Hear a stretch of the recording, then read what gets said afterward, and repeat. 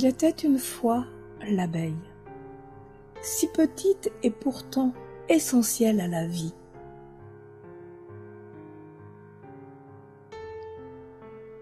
En échange des produits de la ruche, l'homme construit à l'abeille un abri de bois et de métal. La ruche. Dans un lieu, le rucher, où pollinés et miellés se succèdent tour à tour au long de l'année.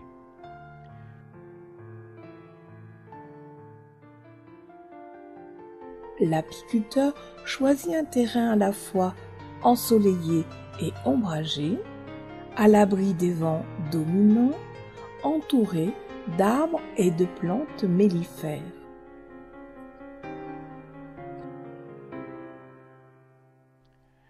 La législation exige l'implantation d'un rucher à plus de 100 mètres d'une habitation,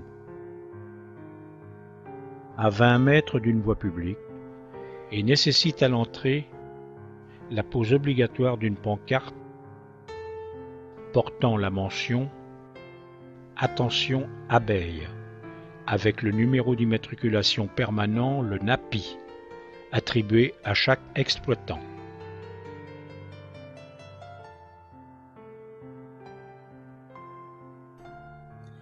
L'emplacement du rucher adopté, les chemins d'accès sont tracés.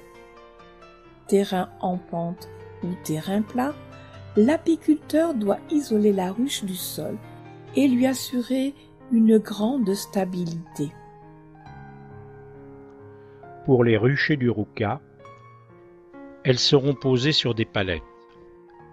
L'entrée de la ruche, toujours située face au lever du soleil, dans un axe est-ouest.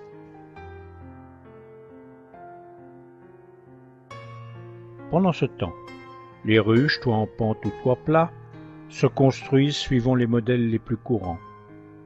Dadan, Langtro.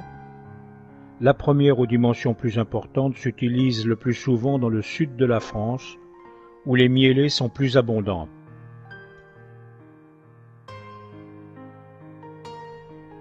En Cévennes, la traditionnelle ruche tronc séduit encore quelques adeptes. L'apiculteur numérote les ruches,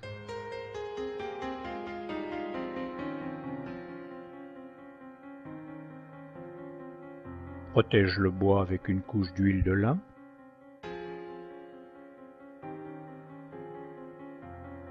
prépare les cadres avec des feuilles de cire gaufrée.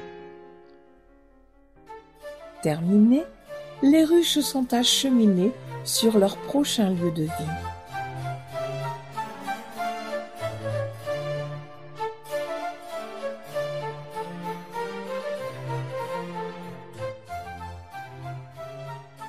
Dans chaque ruche, 5 cadres vierges de cire gaufrée attendent les futures habitantes. Les abeilles ont soif. Soucieux de leur bien-être, l'apiculteur installe des barres à abeilles avant de les accueillir.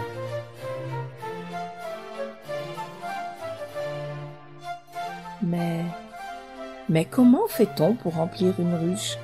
Ça, c'est une autre histoire.